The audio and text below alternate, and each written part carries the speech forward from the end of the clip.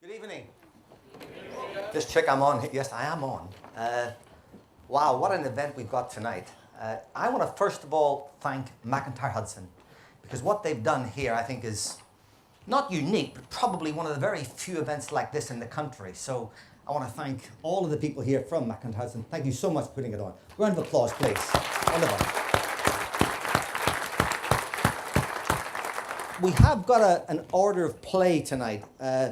But before I begin, I want to thank you for coming as well, of course. It wouldn't be the same event without you. And of course, the two Richards. I wish they were named differently.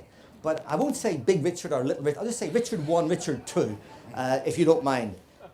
But more importantly, remember this is the first referendum we've had since 1975. So this is history in the making. And it is an important event for all of us. More for our children, perhaps, than ourselves. But hopefully tonight you'll be enlightened. And throughout the evening, at least certainly for the first part, we're going to have questions, buttons, voting intentions. So please make sure you've got one of those things in your hand. And when the time comes, you've got 10 seconds to register your vote. After that, that's it. You can't vote for that question. And the results will come up instantly. So we want to see how your mood changes throughout the evening. But let's enjoy that, please. I won't go through the agenda. That's pretty obvious. Roughly 1 hour of talking and voting. As Andrew said, there'll be a comfort break, 15 minutes. And then we've taken your questions that you sent in to us for the politicians. Not for me, by the way. My role tonight, insofar as I can, is to be neutral. And I will try very, very hard, Richard and Richard. I'll do my very best.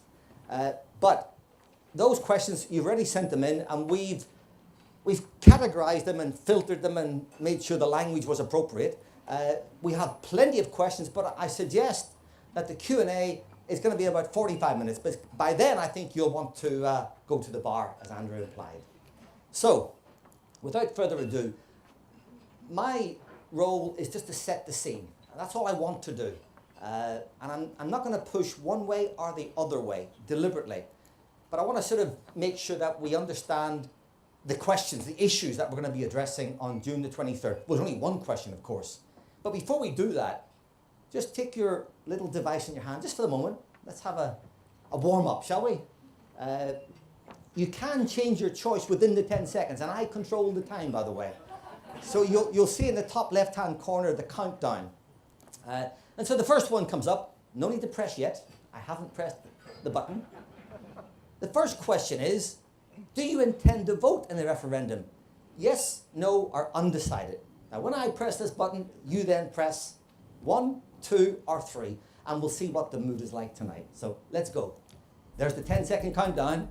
You can change your mind, of course.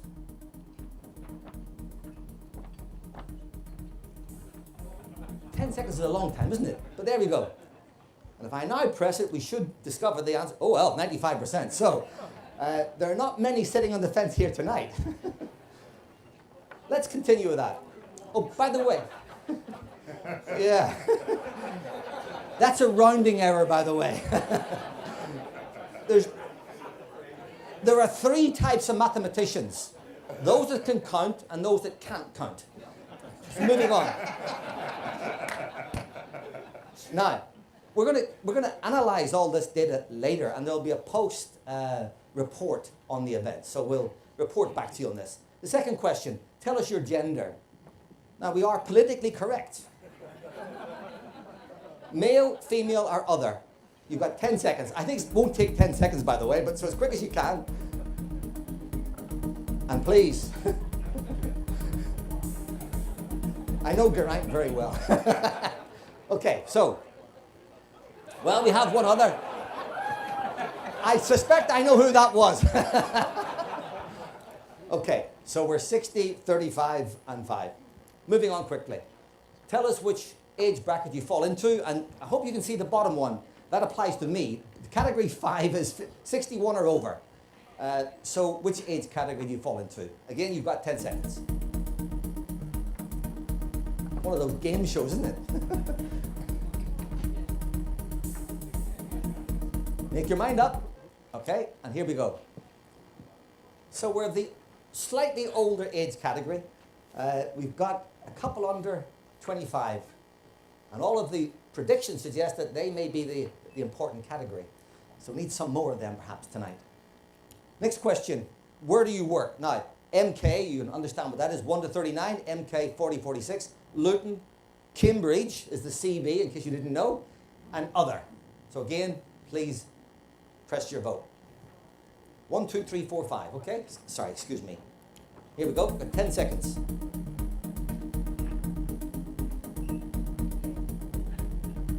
If you don't know, you don't know, okay.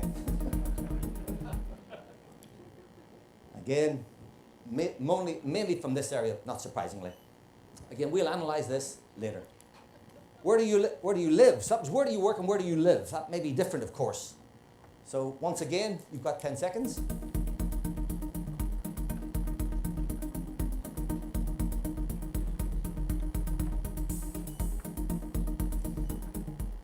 Done. And even more live in this area than work in this area. That's fine. You're entitled to do that. Tell us your working status. So employed, self-employed, unemployed, student, retired. If you don't fit into one of those categories, then don't vote, okay? 10 seconds.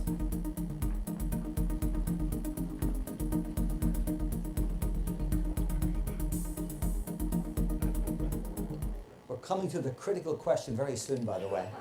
I think you know what it is. Okay. And how do you plan to vote? I'll give you a few seconds to think about it, okay? How do you plan to vote? Leave, remain, undecided. Now we're going to ask this question several times throughout the evening, so think very carefully. We want to see whether or not the pendulum swings in any direction. Here we go, 10 seconds. Great feedback prior to the debate, of course. And there you go, let's forget that, yeah? Let's move on. Here we go. Are you ready for it? Okay. We will capture those figures. Kate, we'll need to remember those, please. They're quite important. And we will revisit this again and again and again tonight. Now, on that point, it's over to me for maybe 10 or 15 minutes maximum, just to set the scene. And in case you don't know what the question is on June the 23rd, let me remind you of the referendum question. And it is very black and white, as we just shown. Leave or remain. You can sit on the fence, of course, but I'm not sure there's a place in the ballot box for that. You know, undecided. It's leave or remain. As black and white as that. Now, what I want to do is just to give you some of the issues, the questions that are on the TV almost nightly, unfortunately. We're probably getting tired of it. What are the issues that you have to address? When I say you, each one of us has to somehow factor into our brain, calculate whether or not collectively we want to vote yes or no, remain or leave. And I find that almost impossible. Can I say up front right now, even with our two politicians here, and with me here, nobody knows what the future looks like post-referendum. Nobody knows. We have opinions, we've got views, we can factor in those views, but nobody knows, because it's never happened before. No country has ever left the European Union. So therefore we have no data.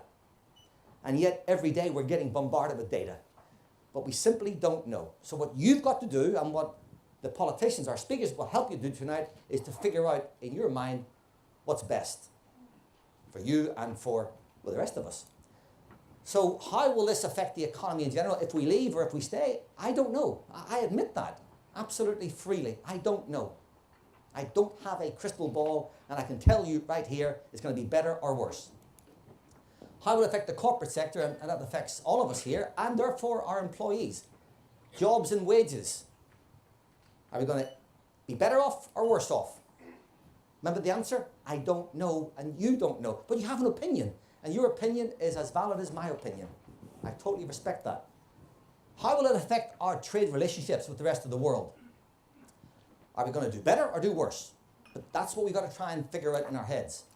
Of course, we know, and there's no point avoiding this topic, especially after the news yesterday, Immigration, I'm sure, is in most people's minds the biggest issue of all. But you've got to figure out whether that's a good thing or a bad thing, whether you support or don't support, or whether it's the most prominent issue for you or not. Again, very difficult to do that. How will it affect our status in Europe if we stay or leave, by the way? I think standing still will not be an option for us, whether we stay or leave. It's going to change dynamics in Europe, I would imagine. Well, certainly if we leave, it will, that's for sure. And of course, how will we fare in the world? What will our status look like if we go it alone or if we stay in? How will the rest of the world view us? And I'm not just talking about Obama and what he thinks, but what will the rest of the world think about us? I don't know. Somehow you got to use your computer brain to work out what all of this means to you. But we've got our speakers tonight to help us. I think we'll all agree these are very difficult questions. Historical questions, I said earlier. First time in 41 years. And probably will never happen again. So this is something to remember. Better off in or out? To be decided.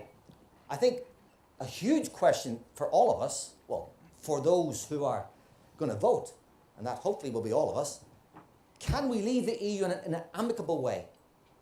And I don't know what that means really. Are we going to, as it were, be picked upon if we leave? Are we going to be marginalised if we stay? I don't know what's going to happen. Nobody knows. Nobody knows. But you have opinions. How many jobs could be affected? I'm sure you've heard about the 3 million jobs that are related to our trade with Europe. Whether it's 3 million or 3.5 million is not the issue. But are we going to lose jobs if we leave? Are we going to create jobs if we leave? And if we stay, does it matter? How many jobs will be affected? What's the answer? We don't know. I think I can answer this question, I think. Will we need visas if we leave? I don't think so. I would be amazed. But it has to be asked. But I don't expect that's going to be a big issue tonight. I'd be surprised if it was. Would we save money? The answer is yes. Absolutely.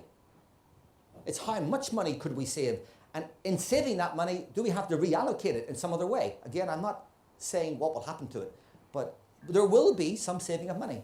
To put it in context, and I'll say this objectively, our total contribution to the EU officially is not 325 million pounds per week.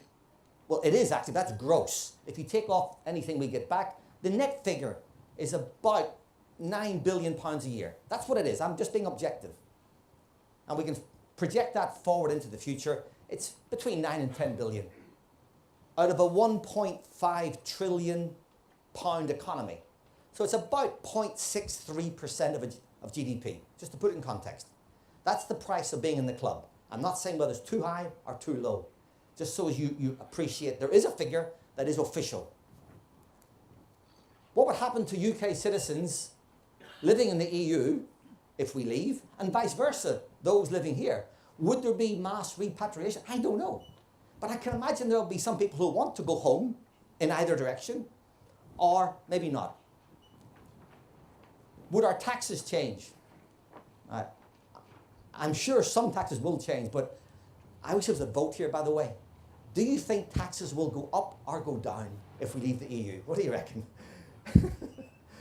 I don't expect to see the total taxation changing very much, but there may be some marginal changes there.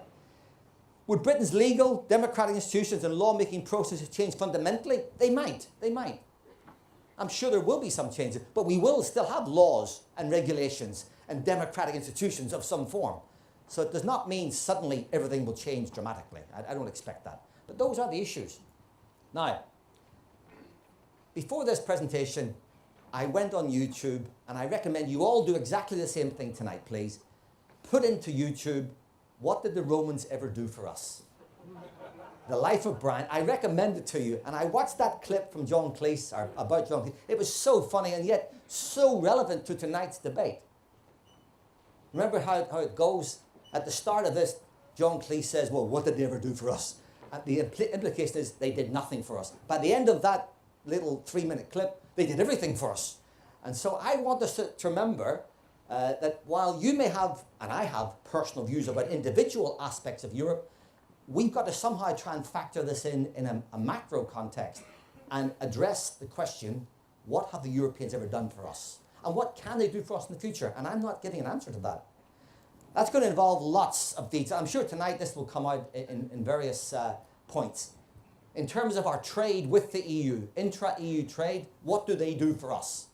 I can give you some figures, but it's not important at this moment. Investment in jobs. How much do they invest? I say they, I mean, other parts of Europe. How much do they invest in the UK? And how many jobs are affected by that? Just 1 second. We need to get a move on here. There you go. What about migration? And again, the figures out yesterday were very clear on this. There's no point in avoiding that topic. We cannot avoid that topic. There's a huge movement of people. But it isn't all bad news. It isn't all good news. And I'm going to give you a quick summary in a moment about that particular point. Rules and regulations, what have they ever done for us? And it's not about bananas, all those petty rules. But what about the more important issues that affect us? Environmental policies, what have they done for us? Remembering, by the way, that many of our environmental policies are actually more strict than those set by Europe, just to put that in context. And so they should be, because it is about our environment after all. And what about Europe in terms of, well, I was going to say the rights of workers. I don't want to sound, political. But what about the impact on wages and living standards by being part of Europe? Could we do better out, or are we doing well enough in? There's a huge amount of information that's behind all of this, but I'm not going to try and answer all of that, because that's the purpose tonight. Now, let me just focus on this particular aspect of immigration, or migration, in and out, but particularly immigration. And I'm going to be very, very objective. This is, absolutely non-political, and you'll recognize all the issues actually, because they affect all of us. You have to decide how important each one of these is for you. So I'm an economist, so let me deal with it in an economic sense. Labour market, well, there's no question. As we heard yesterday, the flow of people coming into Britain increases our labour supply. Yes, it does. And Econ 101 says if there's more supply, it drives down the price of wages. So some jobs are less well paid than they otherwise would be. Now, if you're an employer, you're probably, that's great, fantastic, I like this. And if you want, food that's reasonably priced and produced over in East Anglia or wherever, you might be very happy. Or you might not be happy about wages being suppressed by an inflow of people. Again, you have to decide that. Individuals who are affected by the flow of people will understand exactly what I'm referring to. And perhaps there's some in this room. Fiscal effects. Of course, the inflow of people into this country does put pressure on government spending. There's no denying that. It's inevitable. But of course, people who come in also work. Well, most people work. The figures, they reckon 85%. I don't know whether it's true or not. I'm not going to get into detail. But people coming here to work do create economic activity for us. It does generate tax revenue. So it's not all, pressure on government spending. It's also tax revenue as well. It's income for the government. In terms of demand side effects, of course, the population itself is rising. Absolutely. Again, no point in avoiding this. And that has put, and will continue to put, pressure on services in the public sector, particularly, of course, the NHS, as well as the housing stock, the rental housing sector, as well as the private housing sector. In other words, house prices and rents are under pressure. We know this, and you have to somehow factor this into your decision making. And finally, supply side effects. An inflow of people into the country also creates a new pool of labour. People with different ideas, people with different entrepreneurialism. And Bedford's a great example of this, of course, in terms of the impact of migration into this part of the country and how it has helped us. But again, that may not be the most important factor from your perspective. You'll have to consider that. We have what are called spillover effects. As people come in and set up jobs, set up businesses, become entrepreneurial, it creates more benefits as well. So there are pluses and minuses here. And I think we can all agree there are arguments for and arguments against. I'm about to finish. But before we finish, let's perhaps have another vote, I think, Kate. I'm just looking at Kate here. Oh, we are. So, before I hand over to the first Richard, I haven't said which one yet, by the way, you've now got 10 seconds. And I hope I've done this correctly. I've just tried to give you the issues. I've tried not to persuade you one way or the other. So I hope you will be, as it were, unaffected by what I've said, other than it will confirm what you already want to do. So let's do that. 10 seconds, please. How do you plan to vote? And then we hand over to our first speaker.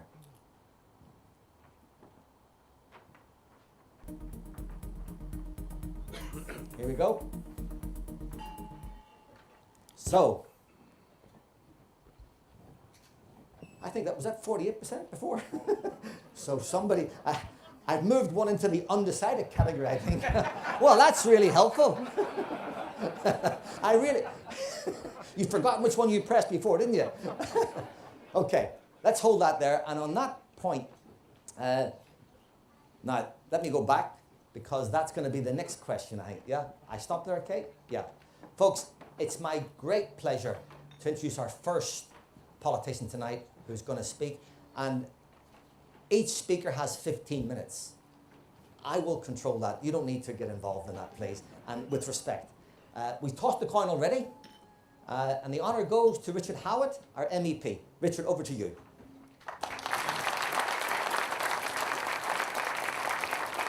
Thank you very much, Joe. That was brilliant. Is my microphone working? Yes. It is, great. Congratulations to Macintyre Hudson for putting together a remarkable event, and all of your partners. Joe, you did a very admirable job there at sticking to your neutrality. I did disagree with one thing, we'll come to that in a minute. I'm sure you will. I think it's going to be a very friendly, I hope, debate tonight with Richard. We've certainly got different ideas that we're going to put to you. But to put the theme song for Rocky IV on just before we're coming in here, it might have raised some expectations in the wrong direction. So I'm sorry if that disappoints anyone, but it's a battle of ideas tonight, nothing more than that. I want to say something. I've got some good friends in the audience, but some of you I won't have met before. But can I start by saying I'm deeply proud to be the MEP for Bedford. I've served this community in many ways over the years, and we've done some fantastic things together. I think of times like when we had the big event for the European Year of Active Ageing with Age Concern in Bedford. I'm thinking about the work getting the European funding for the Jobs Hub and supporting apprenticeships with some of your companies and with others here, and supporting the apprenticeship ambassadors that we have who are going out there promoting that amongst young people. I'm thinking about the work with the YMCA, Bedfordshire and the Prince's Trust using European funding to help those youngsters who've dropped out of school and got into the wrong track in terms of education, and to get them back into education and training, and then ultimately back towards successful careers. I'm thinking about some of the poorer families that we have in Bedford, and the family centres like the Bedford Family Groups, which has big European funding to help parents, including single parents, who are finding it difficult to cope with their children. I'm thinking of European funding and assistance I've given to the credit union in Bedford, particularly when we've been looking at European financial regulation to make sure that credit unions aren't subject to the same regulation as the big banks and are able to do their work helping poorer people and poorer families to cope. I'm thinking about work with the University of Bedfordshire. I'm very proud of the university, and this is a great university town. And of course, the Pro-Vice-Chancellor of the university here is one of 103 university Pro-Vice-Chancellors, including Cranfield, I understand, who have come out in favour of remaining in the European Union. And for me, seeing some very exciting research projects involving European funding coming into the university here. I think of one which was about freezing the DNA from rare species that are in danger of becoming extinct, so that if they do become extinct, we've got a record of them, and seeing things at sort of minus 200 degrees centigrade that if you touched it, your hand would fall off. But being in the laboratory there with a number of students that were both British and from other European countries, and some internationally, because the European funds attract international participation, and understanding how that the ideas don't have borders, ideas don't have boundaries, and that sort of collaboration is the way educationalists and universities work with each other. I think of doing a Freshers' Fair at the University of Bedfordshire. I haven't actually been to the rugby ground before, I'm sorry about that, folks. But the rugby club had the stall opposite our stall, and she had a group of hunky rugby players there and me over here. And it's funny, all the female students, they went on that side of the row rather on this side. I can't think why at all that could have been the case. But I have done work with the athletics club that we have in Bedford before the Olympics. I was a regional ambassador for recruiting the games makers with the London 2012 committee. We got a lot of people in Bedford who were really inspired and wanted to be part of the Olympic and Paralympic spirit. And I say all of that not to sell myself, because I want you to think about the debate tonight as not being Boris v Dave, not just being what you see on the TV screens, not being something that is about national things. I want you to see it as being something about us, something about you and me, our community, our businesses, our families, because it is about that. That is what is at stake. And I want to say a second thing, particularly about my experience in relation to all that. I think Bedford itself is a very diverse, open, outward-looking, wonderful community. That's what I think about Bedford. And I think the idea that we want to sort of cut ourselves off, that we fear others, that we don't want that sort of tolerance and diversity in the way that we live, I don't think that reflects how people live, work and think who are Bedfordians. I really think that. And when you look at the YouGov poll, which looks at the most Eurosceptic places in the UK, look down the bottom and you will see, if you tip it over in terms of the most Europhile places in the UK, you see Cambridge nearly right at the top, but only Bedford only 5 places behind as one of the most Europhile places in the UK. I'd have been disappointed in that opening poll if it hadn't been Remain, because I think if people vote here with their hearts and their heads, they will vote to Remain. But what's important, I want to put to you tonight, is not just that you vote to Remain, but that you do vote and that we get a big vote from Bedford, because I think a big vote to Remain in Bedford can be very influential in our region and nationally to help win the referendum for Remain. Next, I want to say a few words about the tone of the debate. No disrespect at all to Richard Fuller. We both represent Bedford, and I'm sure there's a lot of mutual respect there. But I have to say some of the tone of the debate and some of the things that have been said by the Leave campaign really make me rather sad and rather depressed. And when you see things said and hear things said like Britain is occupied by an occupying power and needs to be liberated, and when you hear that the ambitions of the European Union are the same as the ambitions of Adolf Hitler, I have to say that makes me feel a bit cold and a bit sad and a bit depressed, because it isn't true. You know it isn't true. I know it isn't true. And it's a way of trying to manipulate this debate, but it's not helping us to have a reasonable, rational, thoughtful, balanced debate about such an important question in the future of the country. And Joe, thank you very much for talking about the cost, because the Leave campaign is consistently saying £350 million a week, when they know that's not true, when BBC Reality Check says it's not true, when the Office of National Statistics says it's not true. But they say it over and over again because they don't care whether it's true or not. They want to get that into the public mind. And they went on TV last week saying that Britain didn't have a veto over Turkish accession to the European Union, when technically, legally, we have a veto. I'm on the committee with Turkey doing the negotiating. I know what's going on. We have a veto. We can stop it if we choose to. And for deliberate falsehoods to be put in the debate by the Leave side, it doesn't just depress me, but I want to say to you, I hope you will think about it. Because in this debate, and I'm sure we'll have this tonight, there'll be claim and counterclaim, and you won't quite know who to believe. But if you see and hear things that you think are so far from the truth, or so clearly not the truth, I hope that will lead you to think some things about the integrity of what is being said, not just tonight, but by others in the course of this campaign. And I want to say to you that my claim tonight isn't that the European Union is wonderful and perfect. There are many, many things wrong with it, and I'll be honest about those through all the debate tonight, and I want to change them to the better, and in my view it's my job to do that on your behalf. Not just once, by the way, with the package that has been negotiated reform, but to carry on and seek further reforms. In my view, that's why you vote for people like me to represent you. But what I put to you tonight is you can't change things for the better from outside a club. You have to be in a club to change it. And that to leave the club is very much worse indeed. And I want to put that case to you.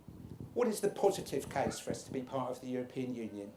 That your business is more prosperous and that you're able to employ more people in jobs, and there are more jobs in our economy because of that. 3 million jobs in Britain directly dependent on our trade in the European Union, 400,000 in Bedfordshire in the east of England that I represent on your behalf. And the CBI figure, backed up by others, is that GDP is better by £3,300 per British family because of the extra trade and prosperity that the European Union begins. And Joe, you were admirable, but we don't save money, in my view and my contention, by leaving the European Union. Because if those CBI figures are correct, and I can give you the other models, I'm sure we're going to debate them in the course of tonight, that we get back somewhere between 3 and 10 times as much that we put in. And if we leave, we're going to be poorer as a country. That's less business for you as businesses, fewer taxes being paid, more cuts to the public purse, somewhere between 35 and 40 billion. There have been 2 studies that have been suggested. So it's going to cost us money to leave and we won't save it. That's the only thing I would disagree with you. Secondly, rights. And you said it's political. I'm not sure it is political. I think the European Union is founded on a principle which says it shouldn't be a race to the bottom where we're all just trying to outcompete each other by having lower and lower standards, but that we're going to have a basic, decent floor of standards and rights that we're all going to respect, and we're going to try and compete through investment, through education, through skills, through technology, through innovation, and all of the things that you're all trying to do. And 2 million British workers didn't have the right to have a paid holiday before we joined the European Union. People don't believe that. It's true. Look it up. And so to have certain basic rights at work seems to me decent and fair. Do we get it wrong some of the time? Of course. And let's discuss that tonight. Let's discuss that tonight. To rip up every bit of employment rights that we have in this country, I don't think that's the right thing. And it isn't just employment rights, it's rights for consumers as well, something very important to all of us, particularly with more cross-border trade. The next positive case for us is about security. We are more secure in our homes. Our families are more secure because of our membership of the European Union. And this is a comparison with the last referendum in 1975. The world has changed since then. It is more integrated. We are more interdependent. What are the things that worry us in terms of our security? International terrorism, organised crime, health pandemics like avian flu, HIV, AIDS, and of course refugee movements and the pressure of refugee movements. All of those things need international cooperation in order to deal with them. And first and foremost, cooperation with our neighbours geographically on our own continent. And the argument tonight is that we are more that we have a greater interest to remain a member of the European Union in 2016 than we could ever have done with the world as it was in 1975. And the last positive reason that I want to put to you for us to remain a member of the European Union is that there isn't an alternative world out there that we're being prevented from being part of. There isn't an alternative between us being part of Europe and part of the wider world. Of course we're part of both. I don't see us being held back in our relationships with others, but I see Europe as being a launchpad, a platform where we can get greater leverage, greater influence in the world. And if you look at it, the President of the United States, the President of China, the Prime Minister of India, our Commonwealth colleagues, the heads of government in Australia and New Zealand, emerging nations, they all say that it's better for them if Britain stays in the European Union and better for Britain. And there are only 2 world leaders or potential world leaders who want Britain to leave the European Union. Vladimir Putin and, God forsake it, Donald Trump. Let me finish with this. I'm of the age that my dad flew in the RAF in the Second World War, and my mum served in the WVS. She was one of those women who came out of the home and mended military learnt how to mend military trucks. And they were part of a generation that suffered, in the 20th century, 20 million deaths in 2 world wars based on war in Europe. And since 1945, we have made European countries an island of peace and stability, because the economies of Europe are now so close together, it's impossible for us to fight a war with each other. And people say that's in history, but look just beyond our borders. The Russian army crossing into Ukraine, the first time an army has crossed the border in Europe since the Second World War. The wars of the former Yugoslavia, what's happening today in terms of the threats of ISIS, Daesh in North Africa. It is a very troubling world out there. And yet we have this stability and peace on our own continent. And I don't think we should take that for granted. I have held the Nobel Peace Prize, given to Europe as the most successful peace project in history. Never forget why the European Union was formed. Don't take it for granted, and vote for Britain to remain in the European Union. Thank you.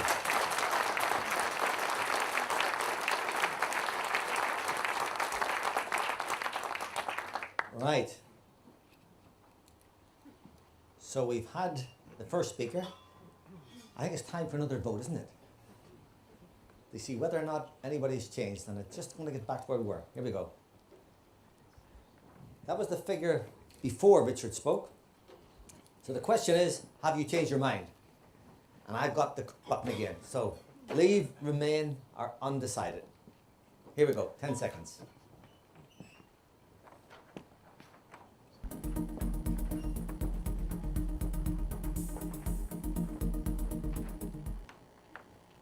Ready for it?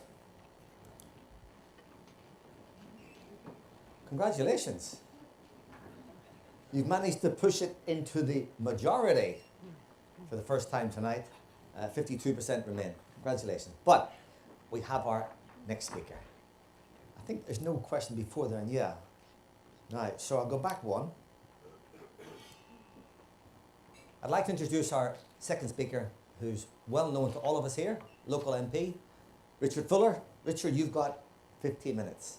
Thank you very much.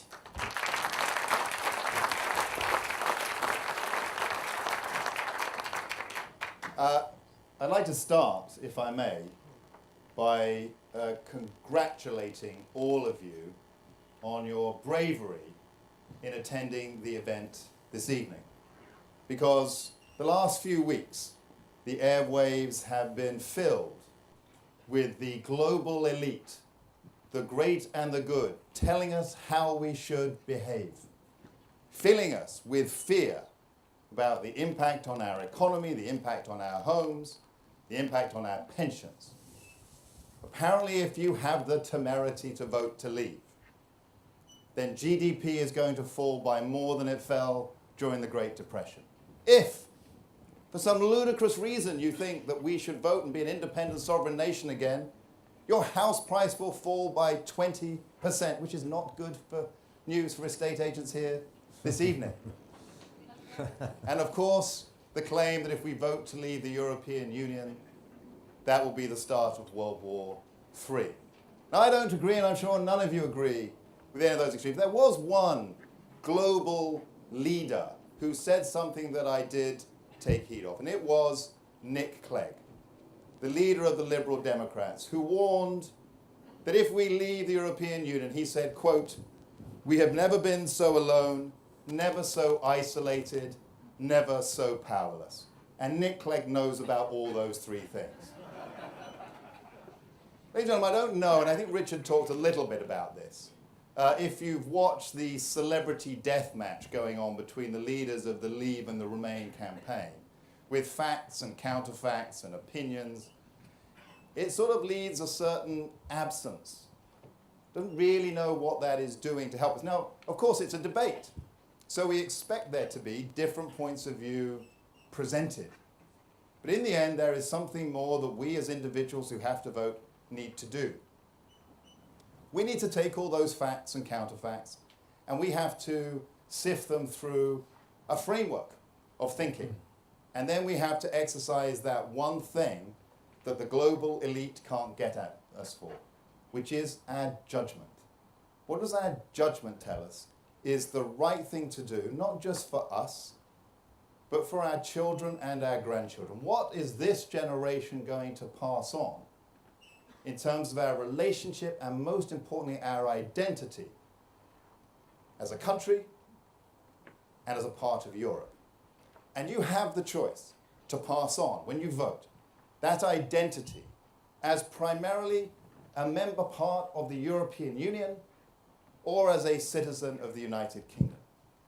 And this is important because referendums don't come along all the time. The last referendum about the European Union was in 1975. I'm not sure how many people here could vote, but I'm sure for a number of people who voted then, the European Union they have now is very different from what they felt they were voting about in 1975. And the reason for that is because guess what? Politicians and political institutions don't like to stand still. We don't live in aspic. We like to do things. We love to spend your money. We like to do things. And so institutions over time evolve. So when you vote on June the 23rd, what you're doing is you are setting a reference point for politicians, and then you're saying to politicians, there's a direction we want you to move in when you make your future decisions. And if you vote to remain, you are telling politicians, be in. The reference point is remain, the political direction is in. And if you vote to leave, you are saying to the politicians, our reference point is to restore the United Kingdom as an independent nation, and we want you to go make relationships with the whole of the world and not with one. Now for me, I am proudly a Bedfordian, and I love this town. And my judgment on this issue is made up of that heritage and about my life experience. I spent all of my professional life, before I became an MP, helping or assisting small business. I love entrepreneurship. I think it's one of the most dynamic and wonderful things. But I did most of that work, not here in the United Kingdom, not in the European Union, but outside the European Union. I worked in America, in Australia, in Korea, and the Philippines. My perspective on our country was drawn on that experience. And I can tell you this: we should be confident of our future as an independent nation. More importantly, we have a responsibility to people around the world who look to us to be that voice for freedom and fairness, to be that voice that says there's fair play in all things. We have a responsibility to be that beacon for people who say, I want to seek asylum. And we should not subordinate that into an identity that means those decisions and those reference points are increasingly made because we are part of a European Union. The United Kingdom is the 5th largest economy in the world. You know, that doesn't make us the biggest, but it shouldn't make us fearful. Our country is a country that is recognized for its legal heritage. Our lawyers here, we may find them difficult sometimes, but the system of laws is a system of laws that other countries wish to adopt. And they are rooted in our history as a single independent nation. Now, if you look at some of the important questions which Professor Ellis was raising and which Richard raised, I want to just mention a couple of my perspectives on those. Let's look at the important issue of trade. And I went to well, there are not many sources of information now that appear to be unbiased, I have to say that. So I went to the Office of National Statistics, and I looked at goods and services, the trade balance for the United Kingdom, our trade balance with the European Union, and our trade balance with the countries who are not in the European Union. Now, if you look at the year 2000, our trade balance with the European Union was a trade deficit of about £10 billion. And our trade deficit with the countries outside the European Union was a trade deficit of about £10 billion. We've been in trouble on trade for a long time. Roll that forward to 2015. That £10 billion deficit with the European Union had become a £68 billion deficit with countries in the European Union. That 10 billion deficit with countries outside the European Union has become a trade surplus for the United Kingdom of 30 billion pounds. Within the European Union, our trade deficit is getting worse and worse, but when we trade with the rest of the world, we are winning and can do better. And I looked at it a little bit more detail because one of the questions Professor Ellis asked was, how nice are they going to be when we go? Well, trade is an important issue about how they may behave. And if you look at that trade surplus that the European Union has with us, 40% of it is with one country. Who do you think exports us a lot? Germany. So Germany is the country that exports most to us. Now, how's Germany going to feel about it? So what I did, Professor Ellis, I took a leaf out of your book. So I did my research and I looked, it's a very good book, and I looked at Germany's trade balances. Where was Germany getting its surpluses from? So I could see if we're important to them or not. Well, last year German trade data, their biggest trade surplus was with the United States at 53 billion euros. Number two was the United Kingdom at 50 billion. And then you have to go a long way down to France at 34 billion.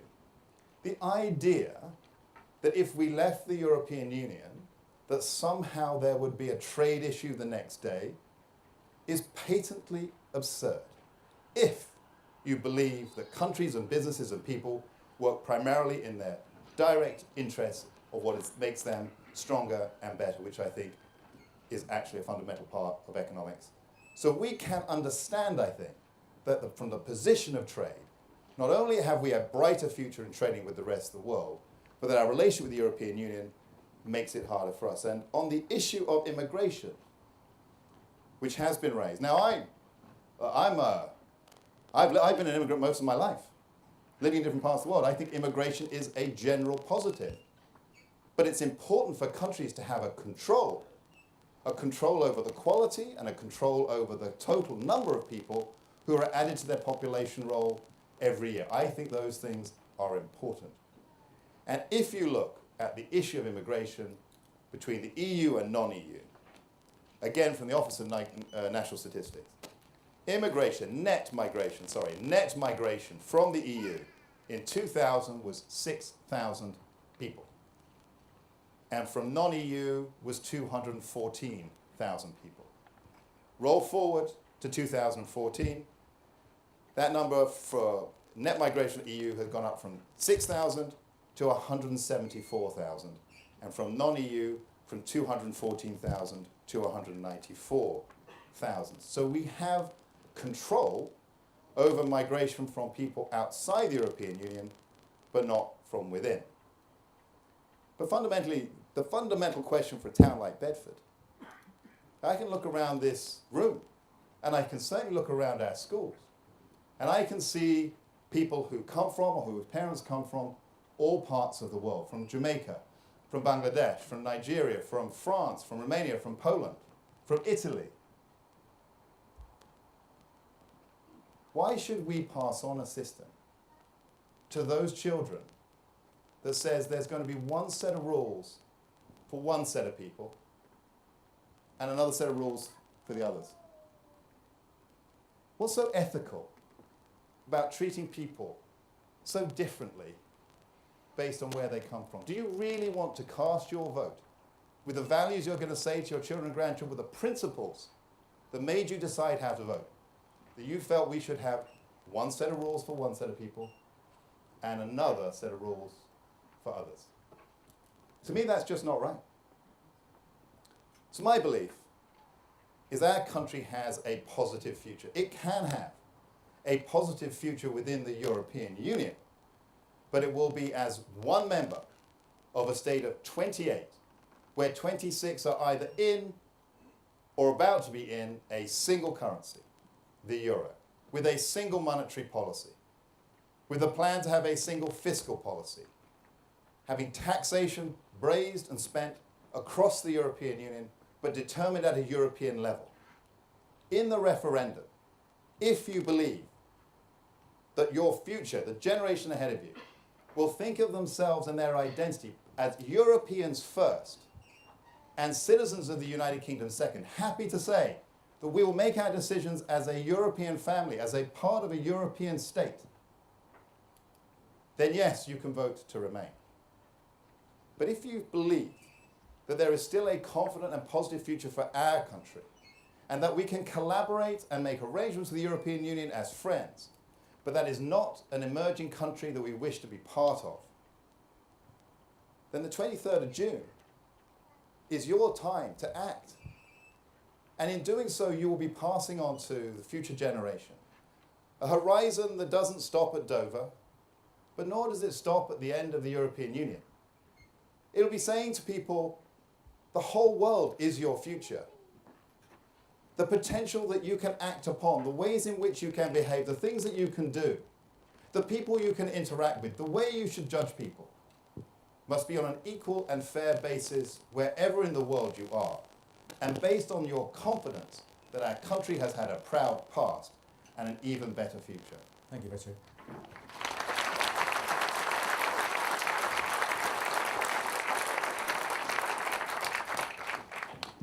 Wow. Congratulations to both of our speakers. You know what's coming next. And then we'll have a break. I think they deserve a break, and you certainly deserve a break as well. Therefore, you've now heard from both sides. How do you plan to vote? You've got 10 seconds.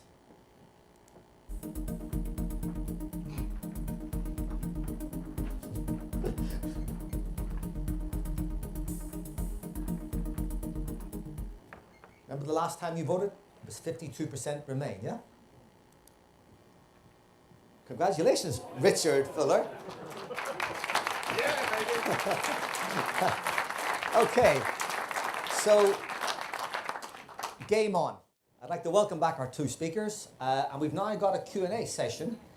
We've got lots of questions which have come from you, but as I said, in the interest of keeping this orderly, we've collected them and synthesized them and organized them. So enjoy the drink, enjoy the food, please, and enjoy the answers. Now, there are some rules, gentlemen. Short, snappy answers. We do not want speeches, please. And we can alternate back and forward. Since Richard Howitt went first, we'll then let Richard Fuller answer the first question first, okay? And here it comes, if you don't mind. And by the way, the speakers have not seen these questions. I've only just seen them myself, so I'll read them out and you can read as well as I can read. So the first question is, how did we get to this point? Why are we having a referendum at all? So that's a nice warm-up. Richard Fuller. Would you like me to stand up? If you wish. Well, thank you very much. I'll stand up. But be brief. I promise you I'll be brief.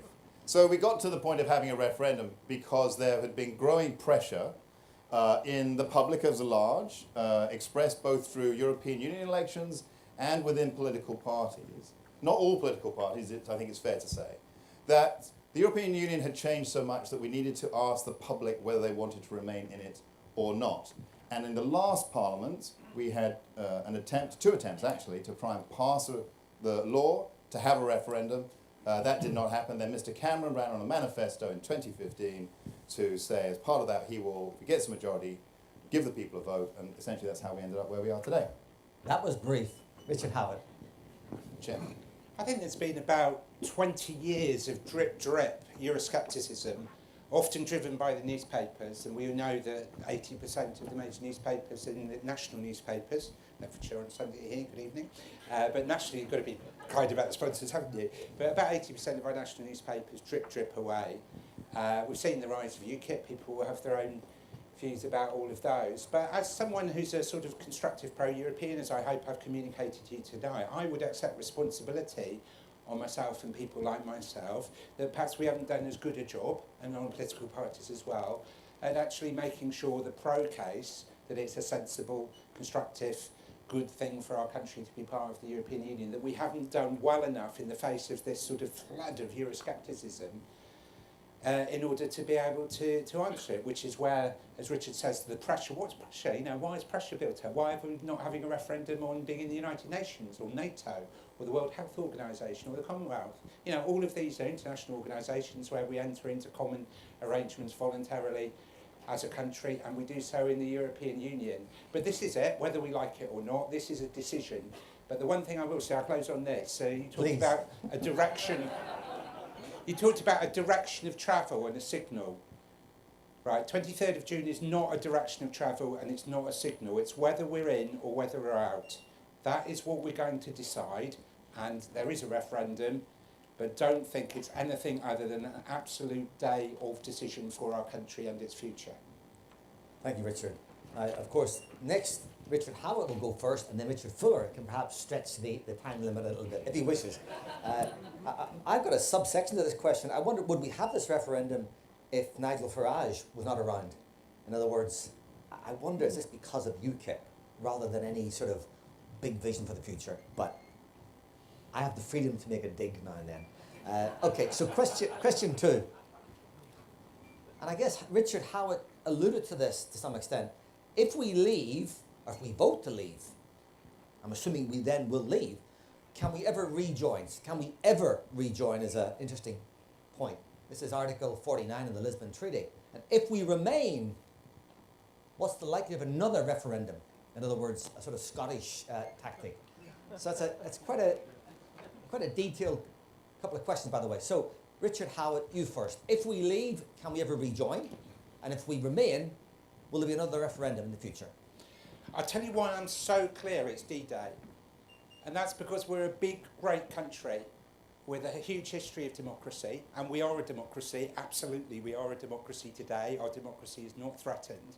And if the British public votes to leave, that must be respected. I can't see any way that that could be disrespected by this government or by politicians anyway, or by the countries with whom we work. And the head of business for New Europe, which some of you might be part of and know about, the big business set of network organisations that believe in reforming Europe but are being part of the European Union. What he says is if we leave the European Union, within 5 years we're going to be beating back on the door to go back in. But they're not going to want us, or if they do want us, they're going to produce some very, very hard terms indeed. And it's way before my time, but don't forget, in the 1960s, Pompidou kept Britain out. There was a referendum then, and we were kept out. And we're going to fight, we get the British rebate at the moment, right? That's, as you said, very financially important to us. We never get that back again. And so, you know, it could be many years or ever that we find ourselves isolated on the sidelines, leaving the empty seat in Brussels. Don't be fooled by thinking that there's any fudging here. This is a decision for good. Thanks, Richard. I'm not quite sure we got the answers to those questions directly, but maybe we'll get them from Richard Fuller. I'll do my best. Look, we're not a weak nation. We're not going to be banging on anybody's door. We're going to be forging the best future we can for our country. That's what you'd expect the United Kingdom to do, and that's exactly what we will do. What I do think, but let me put the caveat, like you have on the side of cigarette packets, this, you can't do this because it will never necessarily happen. If and when we vote to leave on June the 23rd, what do you think the reaction of the European Union is going to be? Are they going to say, bye-bye, see you later, that was it, we don't want to talk about anymore? Now, they may. But there is so much that's in their vested interest to find a solution that would make us want to stay, perhaps a better deal than the one thing we haven't talked about tonight, Joe, which is the Prime Minister's renegotiation. Maybe there's a better option that we could have. So if we leave, can we ever rejoin? The answer to that question, I don't know. But I know that we will set our course confidently as an independent country, and we will be better off if we do that. If we remain, what's the likelihood of another referendum? Quite likely, but not on what this is about. Because the reason why we don't have a referendum, Richard, about the United Nations or about the Commonwealth is because those institutions don't try and bring more power to themselves. You don't have the Commonwealth saying, hey, we'd like to come and tell you what you could import or not, or how you should elect people or not. You don't have the United Nations coming in and telling us about the size of this or that. It's only the European Union that has this assertive take attitude to build itself up at the expense of our nation state and other nation states. So yes, there'll be more referendums. Professor, those will be on, now you should join the euro. Now you should have a common monetary policy. Now you should have a common fiscal policy. That's the direction of travel. Thank you, Richard. And you'll be going first after this one, yeah? Okay, question 3. And the one that I mentioned earlier and has been mentioned, perhaps the biggest topic of all, the topic of biggest concern. If we leave, what will be the effect on migration? Will we have more control over our borders? I think there's some clear views on this. Let's have Richard Fuller first. Yeah, so the first important thing, we will have more control. I mean, there is an aspect of immigration which is difficult for anyone to control. As Richard rightly said, people coming across the Mediterranean, what are you going to do with people in that situation? People fleeing Syria, what are you going to do about that? People who come on lorries and get dropped off at junction 13 and just get through system. That's always going to be difficult, and that aspect of immigration or asylum policy is not going to be affected at all by this referendum. The government should make its decisions about that. But what will be different is that we will have control about the official immigration, people who want to come and marry here, people who want to come and study here, people who want to come and work here. We will be able to set the same sets of controls we have for people outside the European Union on people from within the European Union. And I come back to the point which I made very briefly. The point, you're passing something on. Now, part of what you're passing on, if you think of yourself and your identity as European first, is that you have to discriminate. Have one set of rules for people within the European Union and one set of rules for people outside the European Union. And if we look at the people of this town, with so many people from all parts of the world, is that really what we want to do? By leaving, we get control, but more importantly, we get control and we get fairness. Thank you, Richard. Richard Howitt. First, I was grateful that Richard, in his statement, said that migration's a good thing. And I think we shouldn't underestimate that. And equally, I want to say that we've made some mistakes. My party in government made some mistakes about letting the people in with free movement in the accession countries from day one. We've now said we wouldn't do that, neither with the current government. You have to learn from those mistakes, and I think we have to acknowledge as well the rate of change with migrants coming in to the United Kingdom has caused fears and concerns that we shouldn't just dismiss. But some things that we can act on, including abuses and exploitation, the undercutting of wages and of jobs, that we can fully act as a member of the European Union and should do, and doesn't need us to leave the European Union in order to deal with. But what worries me on the whole migration debate is that I think it would be more difficult than less. I don't think that it produces an easy solution. I have to say I don't agree with this argument about one group and another. I was the MEP that brought in the British Race Relations Act into European law, and I'm very proud to have done so. And we have non-discrimination as a full principle as being a member of the European Union. But there are 2 million British people living in the rest of Europe, 2 million people from the rest of Europe living in Britain. Right? That doesn't seem to me to necessarily be a bad thing. And I know people in Bedford and in my constituency who are fearful that they're going to be sent home. I'm not very happy about that as a good Briton and because of our British tradition. I know that because we've opted out, we don't have open borders. How many times have we heard from the Leave campaign we've got open borders? We don't. We have our own borders. We've opted out of the Schengen system for borderless travel, but we're into the Dublin Convention so that asylum seekers and refugees who want to come to Britain have to register first to be dealt with in the country they first come to. If we leave the European Union, we lose both. If we leave the European Union, the British border guards we have in Belgium and France will be taken off their soil and they'll be moved back to Kent. Slangat will be closed down. And remember, last year, 200,000 migrants were coming to Britain from outside of the European Union. Richard Fuller's own government's target is 100,000 net for all migrants. We're not going to solve the concerns about migration by pulling out of the European Union, and the danger is we're going to make it worse, not better. I'm going to issue a yellow card, by the way, on timekeeping, yeah? To me, that is. Richard, you'll be going next. Wow. Let me read it carefully. There's been a fair amount of rhetoric about national security post 23rd of June. Who sent this in, by the way? This is keep it short. Does being in the EU make us safer? Because you're standing in front of it. There we are. Thank you, Kate. I thought my voice was enough. Does being in the EU make us safer? Does leaving increase or diminish the terror threat? And what about the argument that the EU has overseen the longest period of peace in Europe generally in modern history? So are we putting the safety of, well, the UK and Europe actually at risk. Richard Howitt, I think. I've already made the case for peace. And remember, peace isn't just kept for us by our wonderful armed forces, who I deeply honour, and all this rubbish again about a European army, just don't believe it. It's not true. But security is also kept by police, by intelligence.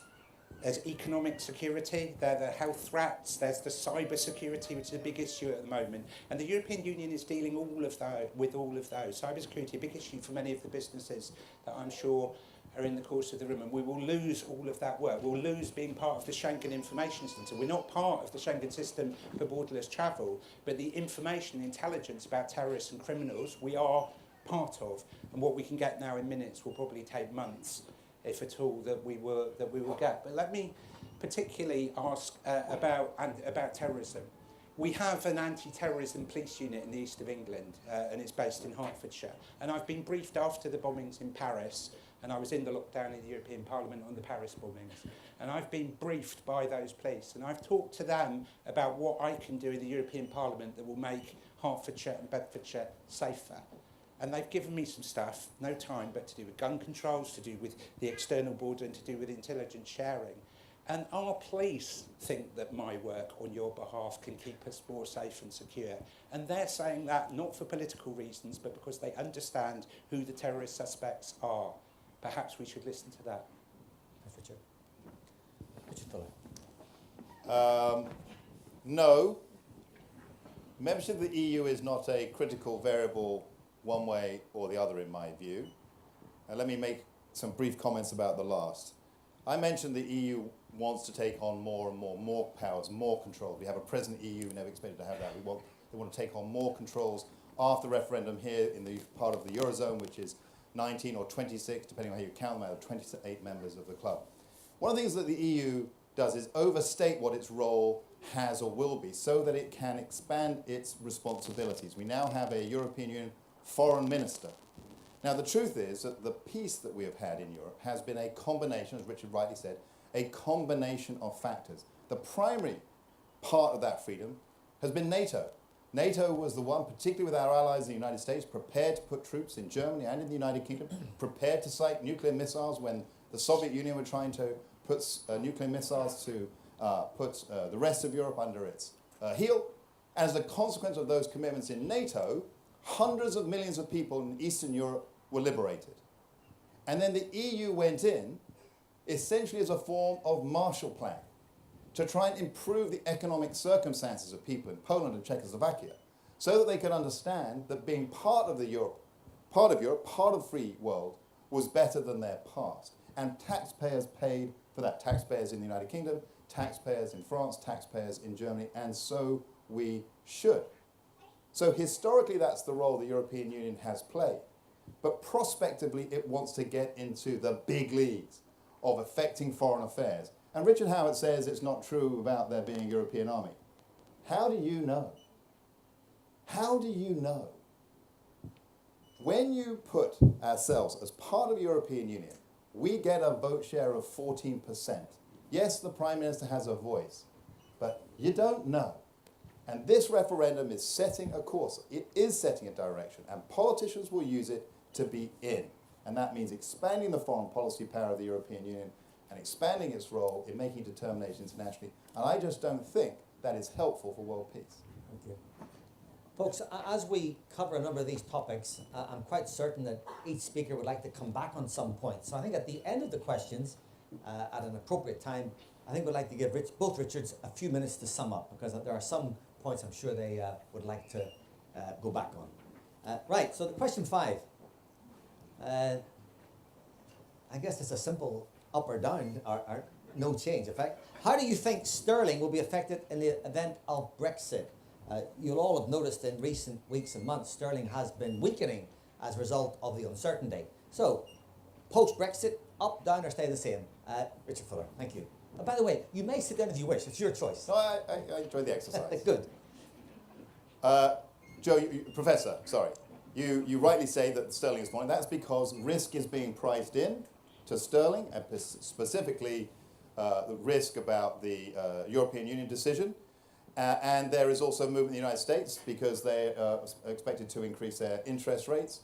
And what I anticipate in the event of Brexit is that there would be a further fall of sterling against the dollar, but that sterling would go up against the euro because there is no risk priced in to the euro for the consequences of Brexit. So that would be my anticipation. But remember this, that currency fluctuations are also affected by other events like what happens in China and what happens through the efforts of businesses around the world as well. Richard Howitt. Different figures have been produced, but whether you take the Treasury's study by independent civil servants and the Civil Service Code, you know, it is Richard Fuller's government, not mine, but I think we should take what the government of the country say fairly seriously, because when you are in government, and my party has, what you say affects markets, so you don't say things lightly. But it happens to be backed up by the OECD, it happens to be backed up by the IMF, it happens to be backed up by the Centre for Economic and Business Research, by the London School of Economics, who, by the way, say the economic forecast of the government, if anything, underplay the risk rather than overplay it. And what they all say is that the value of sterling will go down, it will push inflation up. Clearly, for those in the manufacturing sector, that's going to push costs up, and that's going to have a deflationary effect on our economy, which the governor of the Bank of England says could tip us into an immediate recession. Now, you know, when you say those things, people say, oh, it's Project Fear and you're scaremongering people. But the OECD, the IMF, the Chancellor of the Bank of England, the British Treasury, major academic studies, at some point it's what Sir John Major, the full Prime Minister, says Project Reality. And if we're not prepared to look at Project Reality, then we're not going to be taking the right decision. There will be an exam paper after this, by the way, so for everybody, so try and remember that. Some good exam questions here. Okay. What will happen to the European Ryder Cup team and then a leave vote? I suspect a golfer asked this question, perhaps. Would you like to answer as we sit there? Anybody? Richard? Yeah, right, I like golf. What I know is this. Do you remember in your start you did the thing about the Romans and what they did to us? I'd like to challenge that, not for you, but to everyone. That's mentality, them and us. That they do that to us. It's them over there. Challenge that in your own mind. First of all, hello. I'm your representative, and you have others. It's about golf. But I want to talk to you about golf, right? It is us. It's not them and us. It's us. And I represent other countries in my parliamentary role. Are they ceding sovereignty to me? They don't think so. But do I ever not represent you? Well, no. This is about us. And I'm a golf fan. Who is one of the most loved golfers? Severiano Ballesteros. I would say Roy McIlroy, I would have said. When it comes to the Ryder Cup, there'll be people who aren't golf fans here, but there will be, right. And we're staying up into the night watching it from the United States because we really want to beat the United States as Europe.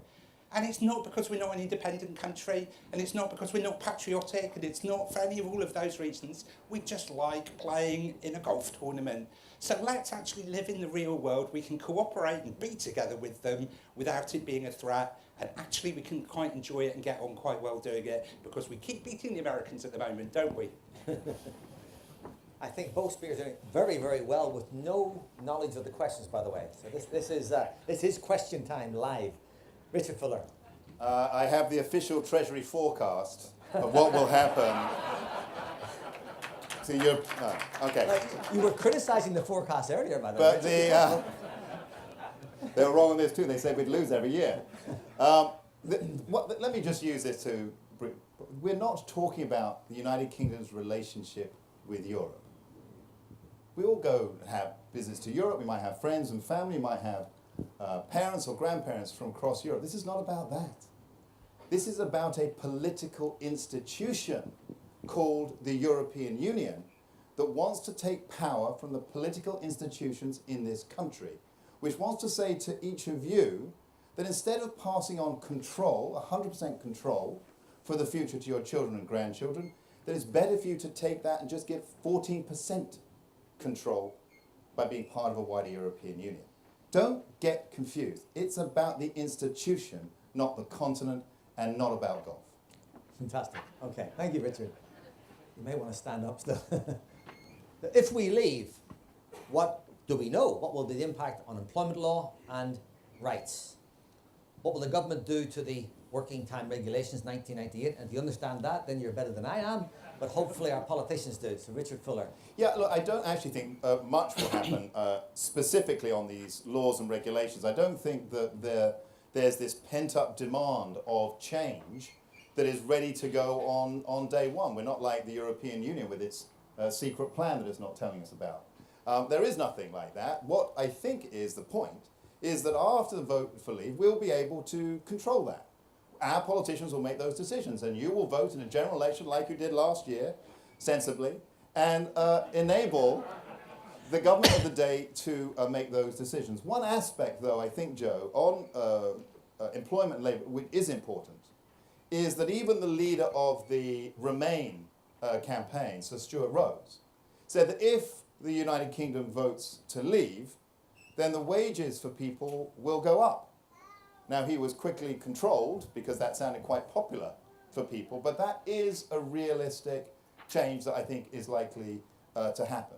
What the impact of that will be on employment, I don't know, but certainly there's an expectation if we leave, there will be a pay rise for some of our poorest workers. Of course, that might be because we've got fewer workers to do the plumbing jobs and the other jobs, so that may have a negative aspect to it. But Richard? Indeed, every wage rise, of course, is an extra cost on employers, so people make their own judgments about that. But what Richard said was also said in another debate that I was involved with last week, that it'll be up to the government of the day. We don't know. Those employment rights will not be there, and it'll be up to the government of the day how far and how quickly they're restored to us. And if you don't believe that, we did opt out of the social chapter as a country, you may recall. We didn't have those rights. We chose not to be part of that. And then my party came to government and we decided to opt in. And I, on your behalf in the European Parliament, put my hand up and we opted in and got those. So we can have them and we can not have them.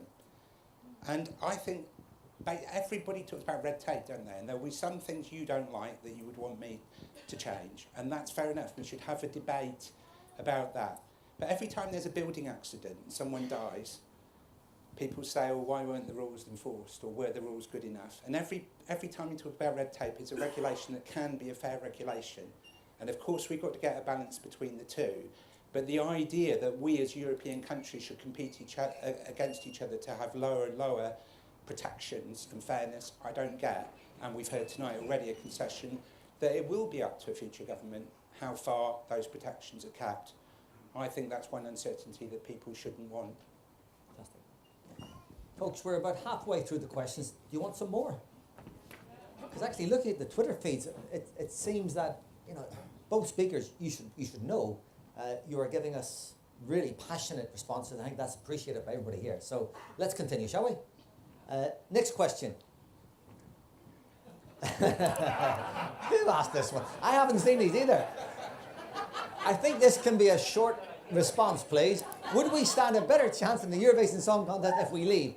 Better chance to do what? To win or to lose? Okay, Richard Howitt, I think was first. Do you want to answer this one?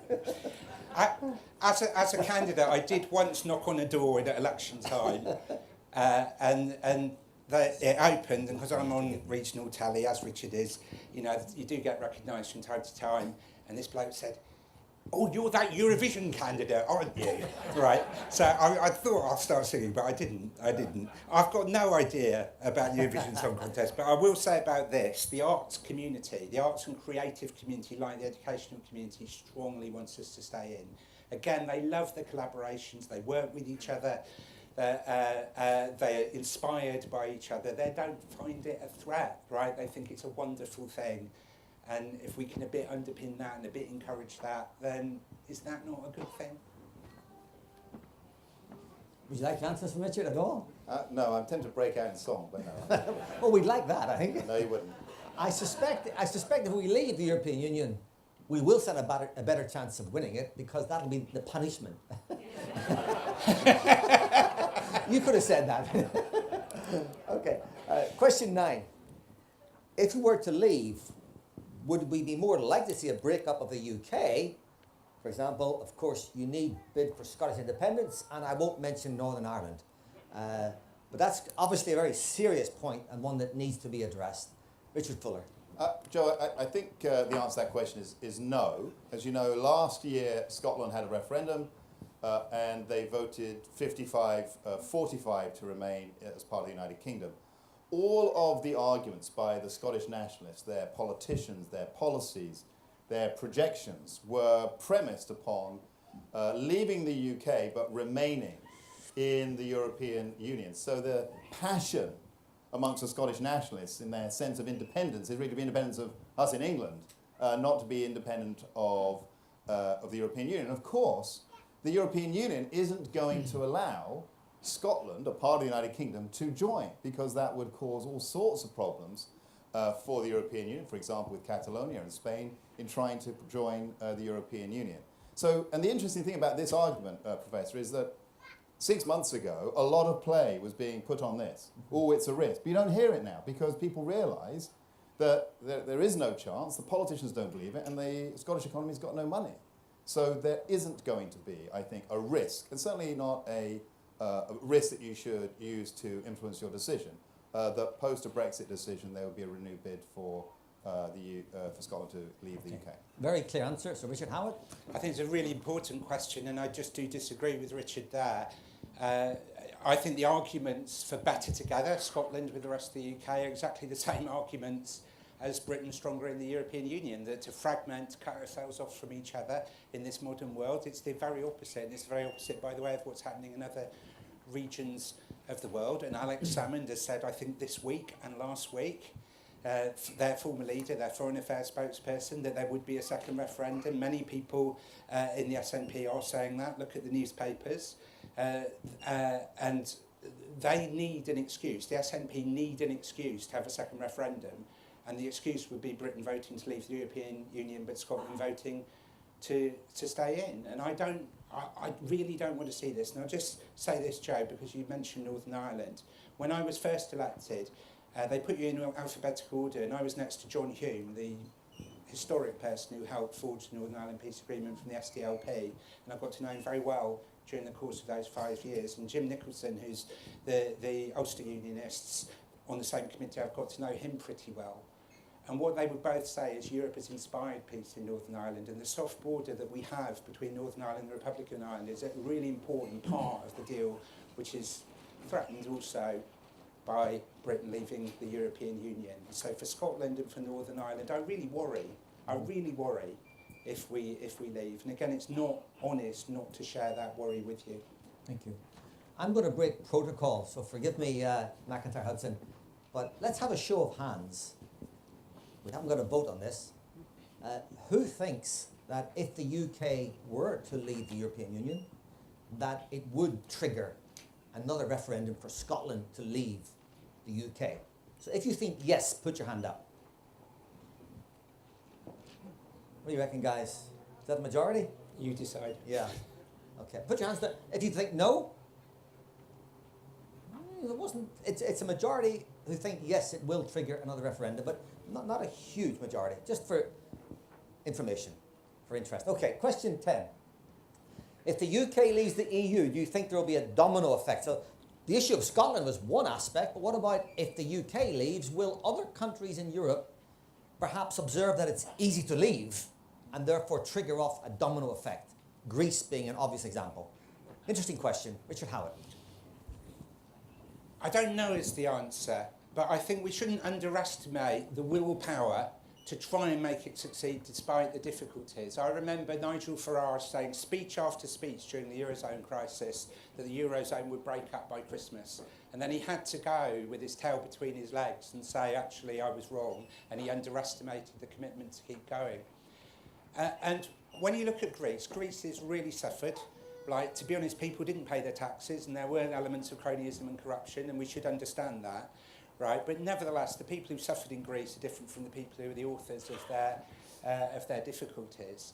But in Greece, where you might think Syriza, a left-wing party, has taken power, you might think that they would be the first to be really complaining about the European Union and all of the austerity that comes in. And they want to stay in the European Union even more. They see the anchor of the European Union even more for their country, despite everything that's happened to them over the last few years. And it's very, very strange that when they want to stay in the European Union, despite all of the difficulties, we might be voluntarily seeking to walk away. Thank you, Richard. Richard Fuller.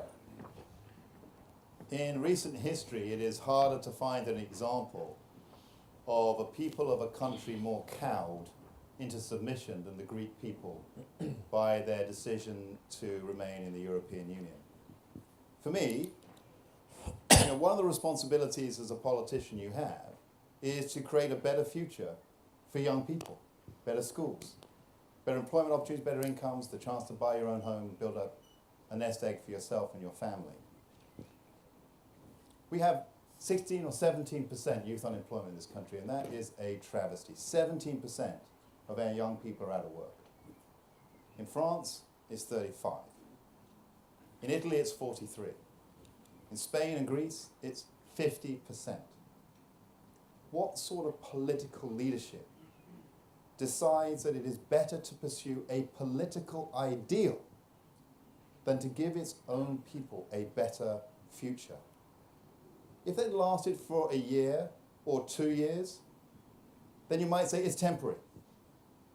But a generation of young Europeans are being lost because some politicians in the elite who write the reports, who come and tell you how you should vote on June the 23rd, believe that their political ideal is better than their future, the future of their young people. That is not a trade I'm prepared to make on behalf of the future of our country, and I sure as hell hope it's not a trade that you're prepared to do either.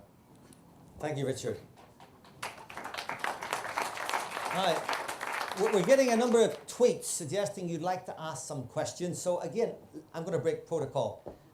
The speakers aren't aware of this. I hope they don't mind questions from the audience. But let's keep it controlled to some extent, yes? Because time is passing.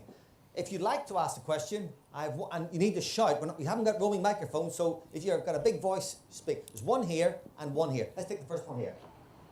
Since it's been about 40 years since the previous referendum, and if we had known the amount of change that's happened to the EU in that period of time, it might have changed the way some people voted back then, I don't know.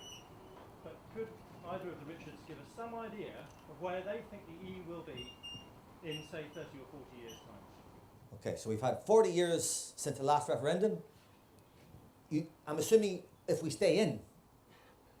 No, regardless. Okay, where do you think Europe will be in 30 or 40 years' time? Richard Howitt, first of all.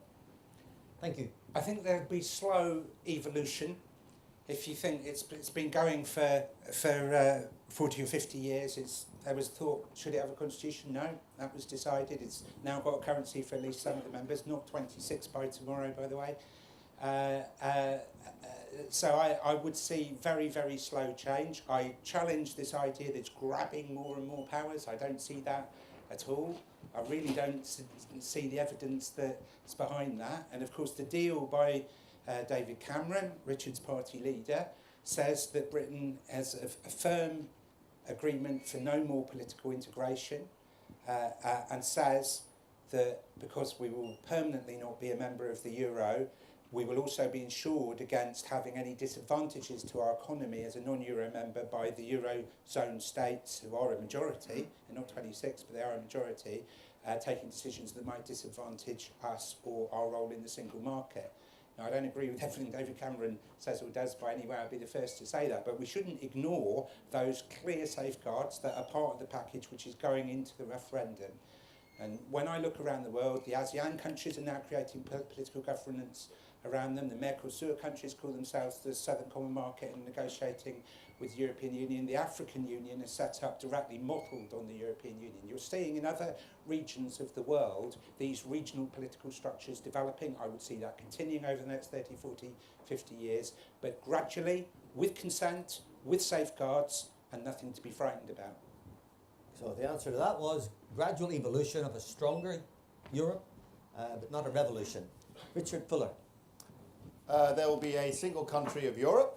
To quote George Osborne, who is voting, I think, to remain, he mentioned the remorseless logic of where the Eurozone is. The remorseless logic with single currency, with a single monetary policy requiring a single fiscal policy and therefore democratic accountability about how your taxes are raised and spent. And on that, if not on everything, my colleague, the Chancellor, was absolutely right. So in 30 years, sir, there will be a country of Europe, regardless of whether the United Kingdom is part of that country or not. And the boundaries of that country will go right up to the boundaries of Russia and will include Turkey in it, and it will be a full entity. And within that, the economic driving force of the country of Europe will be the heart of Europe, which will be Germany. Germany has such an advantage, a comparative advantage economically, that this constant sucking of talent, of entrepreneurship, of business from the periphery into the center, into the economy, which is the world's #1 exporting nation, will be unimpeachable, unbreakable, and never ending. And your decision, sir, if you agree with me, is whether you think we'd be better off being in that single country with a great big sucking machine at the center, or you want to vote to leave. It's up to you. I think on that note, we'll move on. We've got one here, and I'll take one over here. The person standing up, you're first, yeah? I'm wondering what the British think of after only seems to be two politicians, major politicians in the world, each at polar political extremes, that seem to want Britain to leave the EU. What would those be? Go ahead, Richard. That's a really a good question. There is an undercurrent to the why we're having the referendum and how people are feeling about it, which is, I think there is, in Western societies, democracies, there's a feeling of disconnection between those who rule us, the big companies, the big politicians, the big bureaucrats, and ourselves. We don't know that we control our futures as much, and we don't feel as connected. We don't think that their interests are as aligned with ours. If we think about here, the politicians in Westminster, sometimes we think they're aloof. We certainly think that the politicians and the commission, which have the power, is aloof from us. We think that the multinationals might have too much power. And so I think that there is a sense of disconnection between one and the other. And of course, for people who like moving big blocks around in the world, they like to pally up at Davos and talk to other people who move big blocks around. But one of the things that we know is that every person matters. It doesn't matter just you're big, your opinion. I tell you this, President Obama comes here and says, I think you guys should be in the European Union. He would never dare say that to his own people, and he doesn't speak for the American people. Because if you ask the American public, hey, I think it's a good idea you start having a common economic area with Mexico and Canada, and not only that, you have joint decision-making and joint law-making and joint tax arrangements, they would tell you to go take a jump. So I think underlying this is I don't think the public should put too much additional credit in the fact that a leader is saying something, but think what the people in those countries would do if they're in the same situation as you will be on June the 23rd. Richard Howitt. I thought Obama's line that was aimed at the Leave campaigners, and he said, you folks are saying what the Americans would do. I thought you might be interested what the President of the America might say. It's a fair line, isn't it? Why is it the Leave campaign in Britain knows more what America can do, knows the economy better than the IMF? Sometimes I think we should go to these independent people and listen to what they say. And then the Leave campaign says Obama's done it just as a favour to Cameron. Has the IMF done it as a favour to Cameron? Has the OECD done it? Did China do it? Did Australia, New Zealand, Canada? Have they all done it as a favour to Cameron? Come on, folks. These are serious world leaders, right? And the American president is the most powerful politician on the planet. He doesn't do anything, right, as a favour to anyone. He does it because he believes it's right. And the idea that the American president doesn't speak for America, there's a credibility issue behind this. But I'm on the Foreign Affairs Committee. I look at Europe's relations with the rest of the world on behalf of Britain in the Parliament. And my colleagues in the European Parliament from the Baltic states, they really think Russia might invade tomorrow. And I went on a mission to Ukraine. I went within a few kilometres of the Donbass, the eastern Ukraine, where war was going on. And I met the refugees who'd fled from it. And I meet Estonian colleagues who've had cyber attacks on their country by Russia. And Russia is getting more aggressive. And we have to find a way of dealing with that without it being descending into war. And I'm worried. I sit in the European Parliament. I sometimes think if there's a European Parliament in the 1930s, would some of these discussions been going on, and look where it might have gone? And how do we stop following that historic track? And we stop it by being part of a big bloc and having power and making Putin understand that we do have strength and unity, because his policy is to divide Europe. That's what he wants to do. That's what he seeks to do. And that's why he's doing everything possible to support the Brexit campaign. And if there isn't a lesson there for us, I wonder again, are we really watching? Thank you, Richard. Okay, time is passing, and we did promise 45 minutes. We can continue, but I suspect we're coming to a point of diminishing returns. That's an economic term, by the way. But we'll have one more question, and there's one question, and I spotted on the list of questions that I think we should ask. But if I can take this gentleman, and then we'll move on to one more question. Please.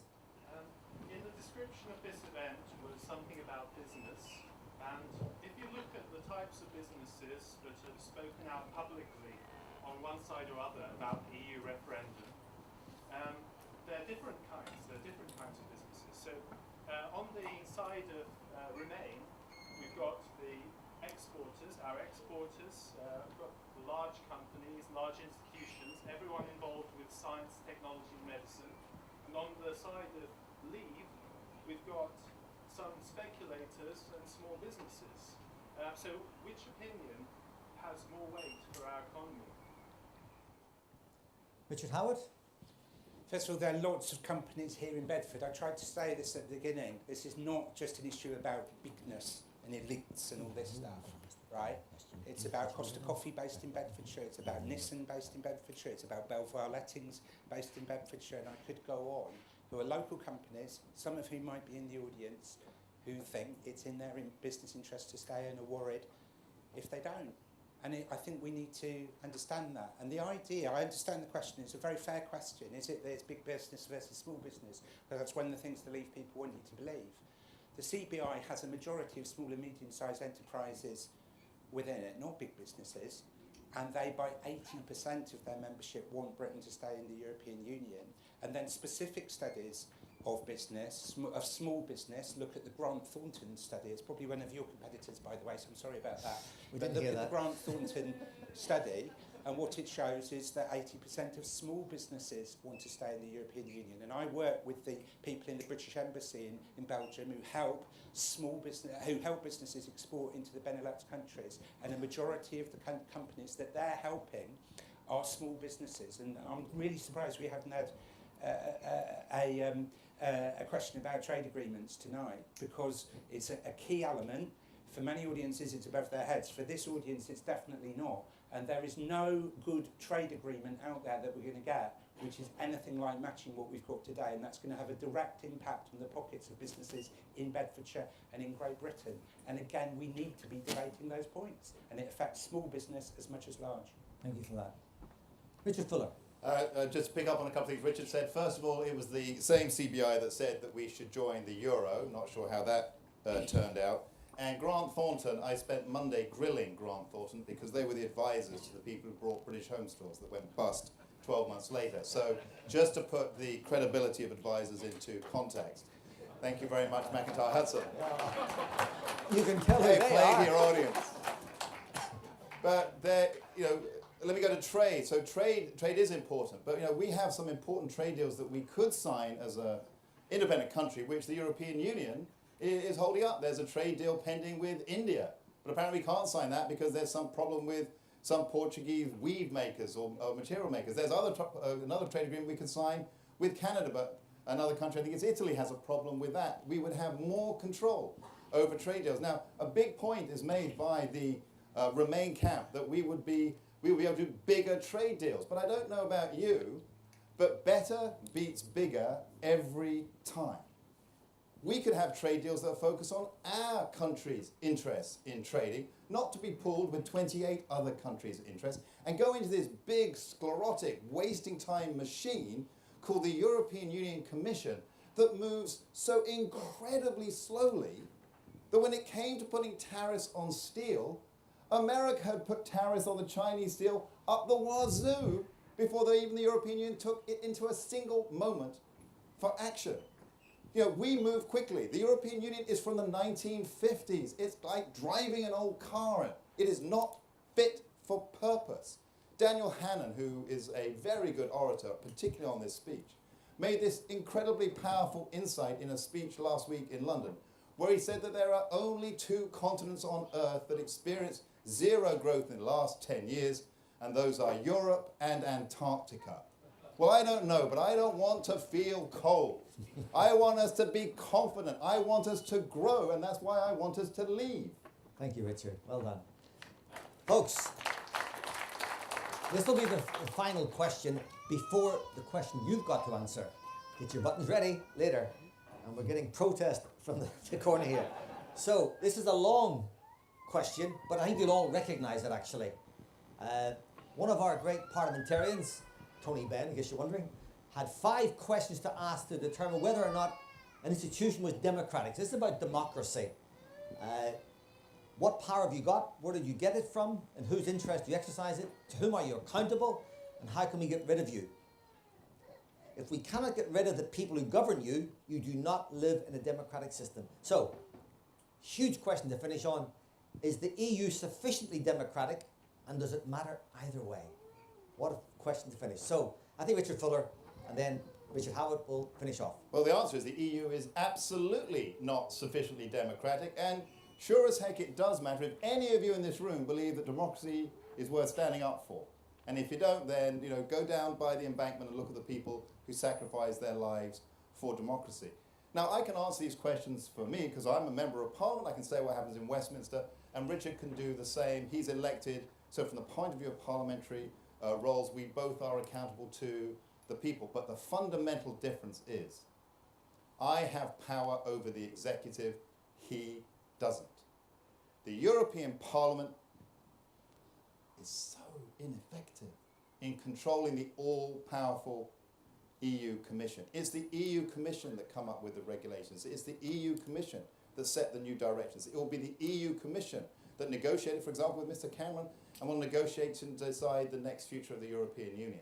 The fundamental absence of democracy in the European Union is that your elected representatives can't control the executive, whereas in this country they can, and getting rid of that control would be a very big step back in democracy. Thank you, Richard. Now, as a member of the European Parliament, I think it's appropriate that Richard Howitt has the final say on this one. And this is now summing up. Do we get a final summing up? You will get a sum up on this question. So just on this point, we've heard it again, the European Commission aloof, you get these little dips of poison that are put in. The European Commission are civil servants. We don't elect our Whitehall civil servants, they're accountable to ministers. When Michael Gove brings forward a bill to the British Parliament, he doesn't get there with a piece of paper and start writing with a pen. He gets his civil servants to do it for him. That's what the European Commission does. It is then accountable to ministers, but instead we don't have a government. It is 28 countries. It's not a super state. So it's the Council of Ministers, all of those summits of ministers that you see them driving in and out. But because it's Europe and it's not one country, it's a cooperative body of different independent countries, it's also accountable to the European Parliament. And for any law to be passed in the European Union, any political decision, it's the double lock that has to be agreed by both the Council of Ministers and by the European Parliament. And by the way, with more than 50% majorities in many cases, and a veto in lots of cases, so that big countries can't override small countries. It's actually quite a democratic system. But you wouldn't believe that listening to the rhetoric you hear. And Joe, it's been quite a male evening, and we were talking about Mrs. Pankhurst and women's liberation and women's rights in Europe, and the important role that Europe has got to promote women's rights in the break with one of the tables. But when you go in the European Parliament, the main building as you go in Strasbourg is Louise Weiss, who is the Mrs. Pankhurst of France. And those who cherished and sought democracy are also the pioneers of the European Union. And we're replacing on our continent a Germany that was a Germany of Nazism and militarism. And we're replacing Spain that had Franco, and Portugal that had a dictator in Salazar, and Greece that had military colonels. And we're replacing it all with democracy by being part of the club. And if we turn our back on it, and the forces that are against that, and those forces are out there, folks. Look at the Austrian election this week. A far-right, neo-fascist type party very nearly became the head of state in a fellow EU country. Turn our backs on it, and we might see a very different sort of Europe growing up. Be part of the club, embed democracy in the club, and let's be honest about who the people are who are there, who are on our side. Thank you very much. Okay, so end of the questioning, and now each speaker, I'm going to give them 2 or 3 minutes, not more than that, please. I know you need to go home tonight. It is bank holiday weekend after all. But perhaps, Richard Fuller, you've got a chance now to sum up what you want to say to us and maybe address some of those issues you've heard earlier. And then Richard Howitt will finish with you. Okay? Thank you. Well, I'd like to, first of all, thank everyone for coming, and Professor Ellis, thank you, and Richard, thank you. I have tried to speak from my head and filter it with my brain so that I can exercise good judgment. And clearly, as a member of Parliament of this town, I have a responsibility not just to my own views, but also to what I think is in the collective best interests of the people that I have been elected to represent, and that, in my judgment, is for a town of Bedford and for our country that we should vote to leave. And for all of us, we should be aware that we are making a decision not just for that day, but we are making a decision that will set a direction for decades to come. This is a trust that we are passing on. It was handed down to us, and we now have to make a judgment about how we pass that on. And when we do that, all of the commentary and quotes and reports, you can't say to people, well, here you are, here's a few projections that are now 10 years out of date. What you can say and what you can do is say, at this important juncture, I had the confidence in our country and in your future to say that we should leave and strike a course that looks at the whole world as the basis of our opportunity, and does so from a position of confidence that this country has a proud past, but an even better future, and that our influence over the next 20 years should be spent on exerting that influence in the world for good. It doesn't matter that we aren't part of a regional bloc.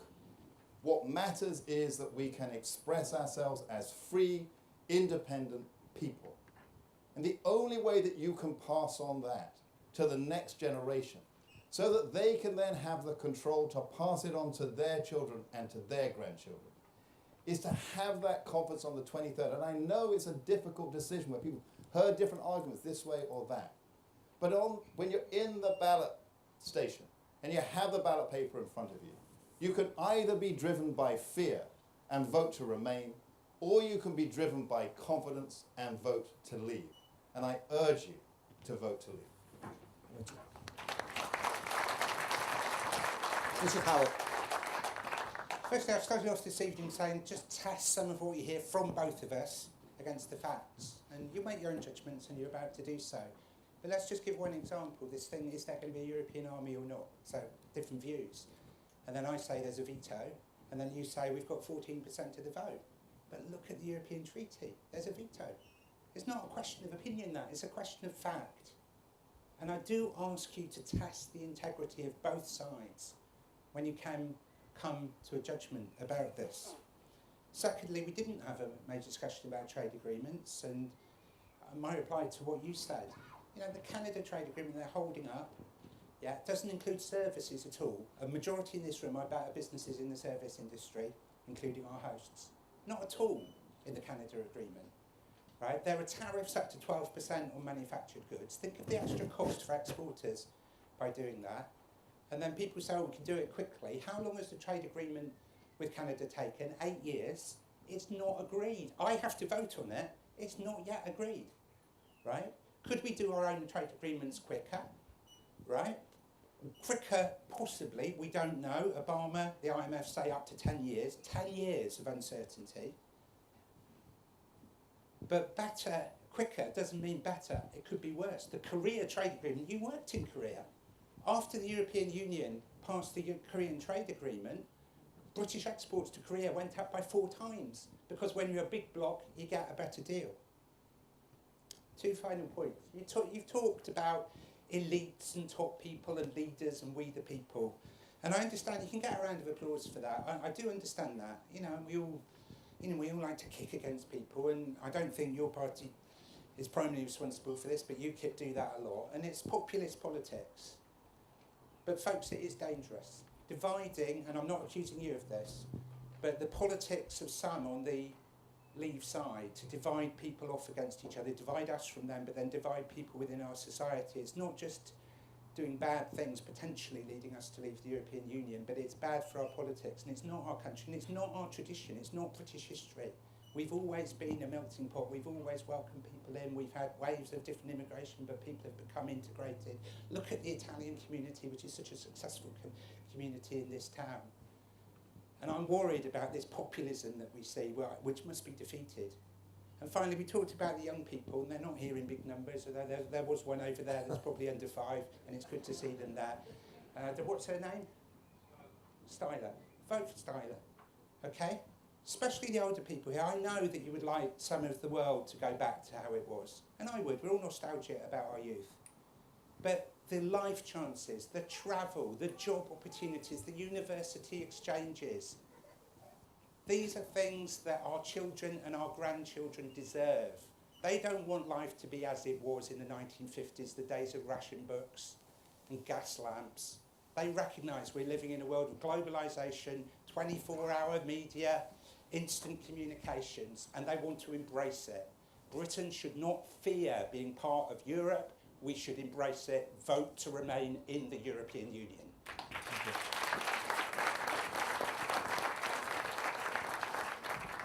Folks, we're about to come to an end, but we have one more vote. And I hope this is going to work. Last chance. Let me get my magic toy. This is it. First of all, before we ask for this vote, can I just say that I think tonight we've had 2 fantastic speakers here. And I think we must congratulate both of them for being very passionate, very honest, and certainly they deserve our applause. Thank you very much indeed. I must say, compared to question time, this was civilized, but we still got the same passion and information. So, here we go. How do you plan to vote? This is your last chance. You've got 10 seconds. And you can switch your vote if you wish. You've got 3 seconds left. This is it. So here we go. The results are... Wow! But note, by the way, still not a majority, which I think is unfortunate either way. Folks, we have finished tonight. You have given our speakers a round of applause, but before I finish, I think we all ought to express our thanks, not only to the speakers, but to Macintyre Hudson. I think they have done a fantastic job here.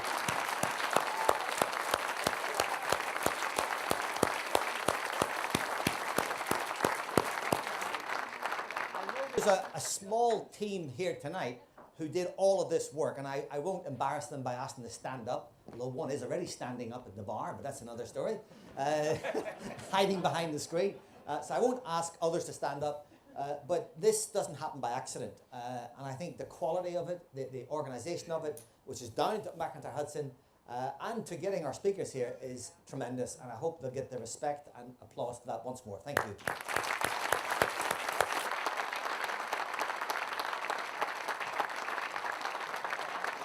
On that note, as they say in Northern Ireland, or Ian Pisley used to say, vote, but vote often. In other words, please do vote. Thank you very much. Thank you.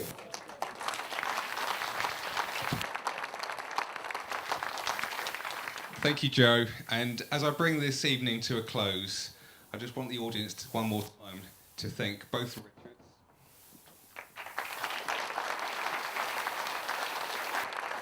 and also Joe. We'd like to thank you for your excellent presentation.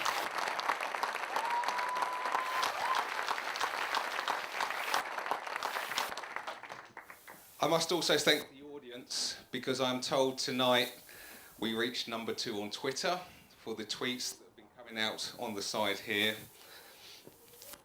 There's also some other people that I'd like to thank. There's also some other people I'd like to thank. Firstly, Bedford Blues for allowing us to host here tonight.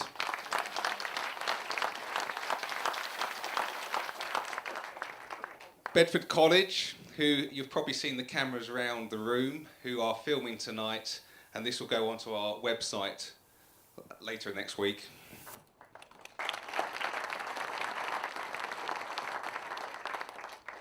Manners PR for the PR work that they've been completing with both the paper and the press and the TV. And as Joe said, some of the Macintyre team, and I will name them: Ben Campbell, Kate Englefield, Simon Gerlin, Kelly Elliott, and our IT department, Kieran, David Gallagher, and all the staff and partners that have made it here tonight. Thank you.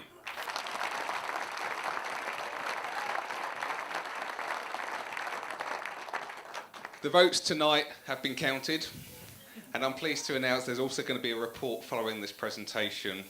And Joe himself has also agreed to organise a follow-up seminar on the 13th of September, I believe.